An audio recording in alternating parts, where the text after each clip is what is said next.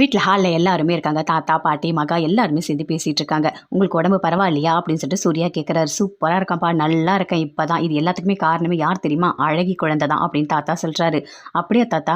ஆமாம், அந்த குழந்தையோட சேர்ந்து நானும் குழந்தையாக மாறி ஓட ஆரம்பிச்சிட்டேன் தெரியுமா? அந்த அளவுக்கு நான் நல்லா இருக்கேன் அப்படின்னு சொல்கிறாரு. அப்படியே கிட்ட போகிறாரு, அழகி கிட்ட போயிட்டு ரொம்ப தேங்க்ஸ், உன்னால தான் தாத்தா இன்னைக்கு நல்லா இருக்காரு அப்படின்னு சொல்லிட்டு சூர்யா சொல்கிறாரு. அதுக்கு அந்த குழந்தை அப்படி சிரிக்குது. நீ கை கொடு அப்படின்னு சொல்கிறாரு. கிட்ட வருது குழந்தை, அப்படியே கண்ணத்தெல்லாம் பிடிச்சிக்கிடுது. சந்தோஷமாக எல்லாருமே பார்க்குறாங்க. இது எல்லாத்துக்குமே காரணமே நீ தான். உனக்கு என்ன வேணும்னு கேளு, நான் ஏதாவது வாங்கி தரேன் அப்படின்னு சூர்யா சொல்கிறாரு. குழந்தை அமைதியாக இருக்குது. போகிறாரு, போயிட்டு நிறைய பொம்மை வாங்கிட்டு வராரு. அவ்வளோ பொம்மையை வாங்கிட்டு வராரு. வாங்கிட்டு வந்து குழந்தை கையில் கொடுக்குறாரு. கொடுத்தோடனே அவ்வளோ சந்தோஷப்படுறாங்க. அழகி எல்லாமே அழகழகாக இருக்கே, பொம்மைலாம் சூப்பராக இருக்குது அப்படின்னு சொல்கிறாங்க. ஆமாம், நீ தான் தாத்தாவை நல்லா பார்த்துக்கிட்டல, அதுக்காக தான் உனக்கு நான் வாங்கிட்டு வந்தேன் அப்படின்னு சூர்யா சொல்கிறாரு. மகா எல்லாருமே அங்கே தான் இருக்காங்க. கோடீஸ்வரியும் அங்கே தான் இருக்காங்க. இங்கே பாருங்கள், எனக்கு நீங்கள் குட்டிக்கரணை போடுறீங்களா அப்படின்னு சொல்கிறாங்க.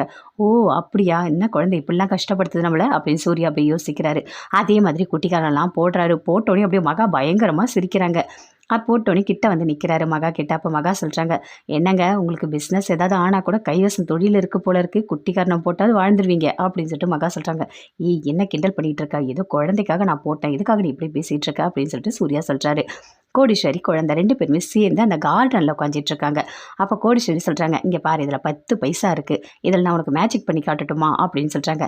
என்ன காசெல்லாம் வச்சுட்டு மேஜிக் பண்ணுவீங்க, இதில் என்ன மேஜிக் பண்ண முடியும் அப்படின்னு சொல்லிட்டு குழந்தை சொல்லுது. சூப்பராக பண்ணுவேன், இப்போ பாரு காசு இங்கே இருக்கா, என் கையில் இல்லை பற்றியா, எங்கே இருக்குது, உன்னோட காதில் தான் அந்த காசை வச்சுருக்கேன் அப்படின்னு சொல்லிட்டு கோடீஸ்வரி எடுக்கிறாங்க. பரவாயில்லையே, மேஜிக் சூப்பராக இருக்குது அப்படின்னு சொல்லிட்டு அழகி குழந்தை சூப்பராக விளையாடிட்டு இருக்காங்க. அப்போ குழந்தை சொல்கிறாங்க, சரி இதெல்லாம் பண்ணுறீங்கல்ல, மேலேருந்து அப்படியே பொம்மையை வரவீங்க அப்படின்னு சொல்கிறாங்க. ஐயோ குழந்தைகிட்ட மாட்டிக்கிட்டோமே, என்ன பண்ணுறதுன்னு தெரியலையே, சரி சொல்லி வைப்போம் சும்மா. பொம்மை வா அப்படின்னு சொல்கிறாங்க. அதே மாதிரி பொம்மை எல்லாம் வந்து விழுது. ஐயோ நான் சும்மா தான் சொன்னேன், உண்மையிலேயே மேஜிக் ஒர்க் ஆகுதா என்ன, பொம்மையெல்லாம் வந்து விழுது அப்படின்னு சொல்லிட்டு அப்படியே கோடீஸ்வரி பார்க்குறாங்க. அதுக்குள்ளே எல்லா பொம்மையும் சூர்யா போடுறாரு. சந்தோஷமாக சேர்ந்து பேசி விளையாடிட்டு இருக்காங்க. ரூமில் கோடீஸ்வரி எடுத்துகிட்டு வராங்க பால். இந்தம்மா இதை குடி அப்படின்னு ஐஸ்வர்யா கிட்ட கொடுக்குறாங்கம்மா. நீ வரமா, எனக்கு இதெல்லாம் வேணாமா, ஒரே மனசு கஷ்டமாக இருக்குமா அப்படின்னு ஐஸ்வர்யா சொல்கிறாங்க. ஏன் என்னாச்சு அப்படின்னு சொல்லிட்டு கேட்குறாங்க. அதுவா, அந்த குழந்தைக்கு அப்பா ஒரு வேளை கௌதமாக இருக்குமோன்னு அடிக்கடிக்கு எனக்கு யோசனையாக இருக்குமா அப்படின்னு மகா சொல்கிறாங்க. இங்கே பாரு, நீ நினைக்கிற மாதிரி அதெல்லாம் எதுவுமே இருக்காது, அந்த குழந்தைக்கு அப்பா அந்த வீட்டில் யாருமே இருக்க மாட்டாங்க, நீ வேணா பாரு அப்படின்னு சொல்லிட்டு கோடீஸ்வரி சொல்கிறாங்க. சித்ராதேவி விசாரிச்சா ஏதாவது டீட்டெயில்ஸ் கிடைக்கும் நான் நினைக்கிறேன்.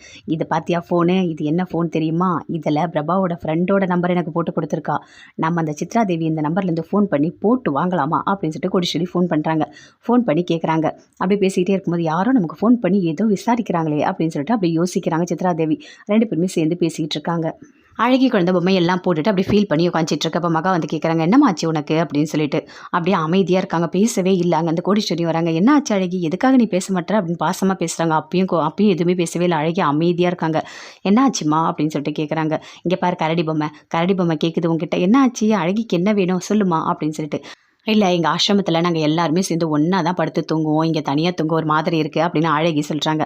அதுக்கு கோடீஸ்வரி, இது என்னமா பெரிய விஷயமா, நான் வீட்டில் எல்லாருக்கிட்டையுமே பேசுகிறேன், எல்லாரும் சேர்ந்து ஒன்றா படுத்து தூங்கலாம் அப்படின்னு சொல்கிறாங்க. அதே மாதிரி தாத்தா வராரு, குழந்தையும் போகுது. தாத்தா நம்மளாம் ஒன்றா படுத்து தூங்கலாமா அப்படின்னு அழகி கேட்குறாங்க. இதில் என்னமா இருக்குது, ஒன்றா படுத்து தூங்கலாம் அப்படின்னு தாத்தா எல்லாரையுமே கூப்பிடுறாரு. கூப்பிட்டு ஒன்றா ஹாலில் படுக்க வைக்கிறாரு. குழந்தை தூங்கும் போது அப்படியே கௌதம் பக்கத்தில் போய் படுத்துக்குது. இனியாமல் இங்கே வந்து படுத்துட்டு இருக்க அப்படின்னு கேட்குறாரு. அப்படியே பார்க்குறாங்க ஐஸ்வர்யா, ஒரு வேளை இவரோட குழந்தையா இருக்குமோ அப்படின்னு சொல்லிட்டு அப்படியே யோசிக்கிறாங்க. இங்கே பாரு, உனக்கு பொம்மைலாம் நிறைய வாங்கி கொடுத்தாருல சூர்யா, அவர் பக்கத்தில் போய் படுப்போ அப்படின்னு சொல்லிட்டு கௌதம் சொல்கிறாரு.